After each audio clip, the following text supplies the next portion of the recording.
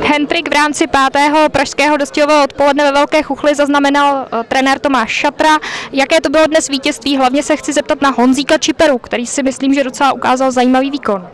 Tak Honzík Čipera samozřejmě zatím je to náš nejlepší tříletej. Doufám, že to i tak zůstane.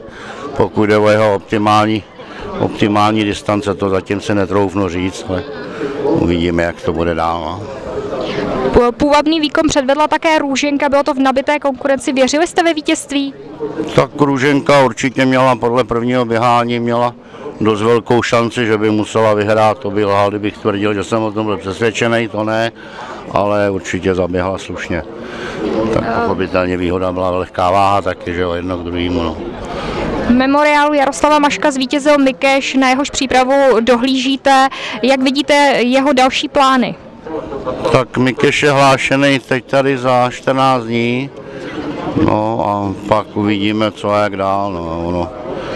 Do zahraničí samozřejmě to není jednoduchý, že jo, tam ta konkurence je moc jako hodně velká, no, ale nevylučuju to, že by třeba případně do budoucna mohl někde zkusit zahraniční start. No. Německo nebo třeba Bratislava? To zatím. Do Bratislavy původně jsme chtěli jet, ale o to nakonec majitel jsme se rozhodli, že ne, že bude běhat tady zatím. Překvapil vás, že se držel v poli a že žokej Chaloupka vlastně aplikoval naprosto jinou taktiku než dříve? Tomu to bylo ku prospěchu věcí, že se tak nerval, že jo, což byla pochopitelně výhoda to v každém případě.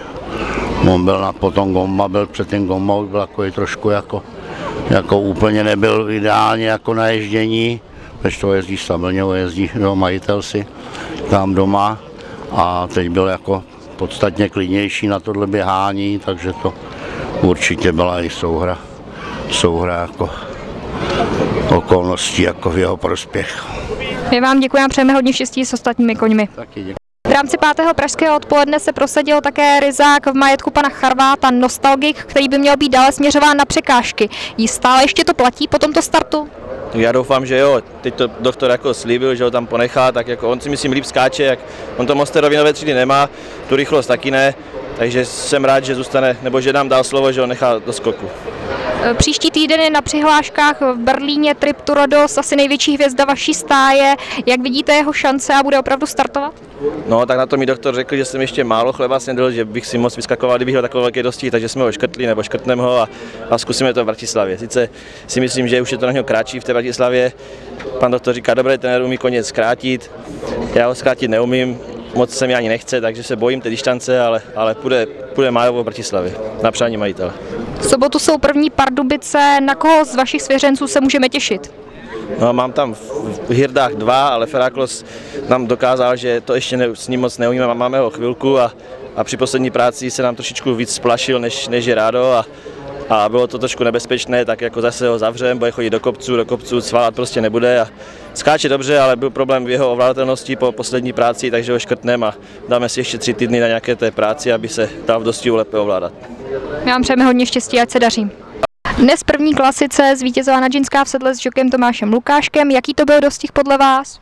No tak pro mě ideálně, já jsem si hlídal hlavně Francii, byli jsme se Znemkem dohodlí, takhle přesně nám to klaplo, jak jsme jeli, tak to vyšlo a kobylka ukázala dobrý výkon, bojovnost a vrátila mi to, že jsem si ji pošetřil v dejláku a prostě dneska to bylo takovýto podání její, co k ní patří.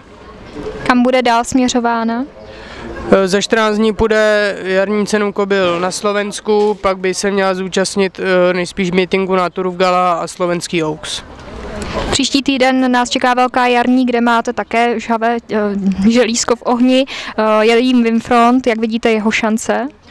Tak je to trošku takový koník své hlavy, ale nicméně si myslím, že svý kvality má, pracuje s nadžinskou.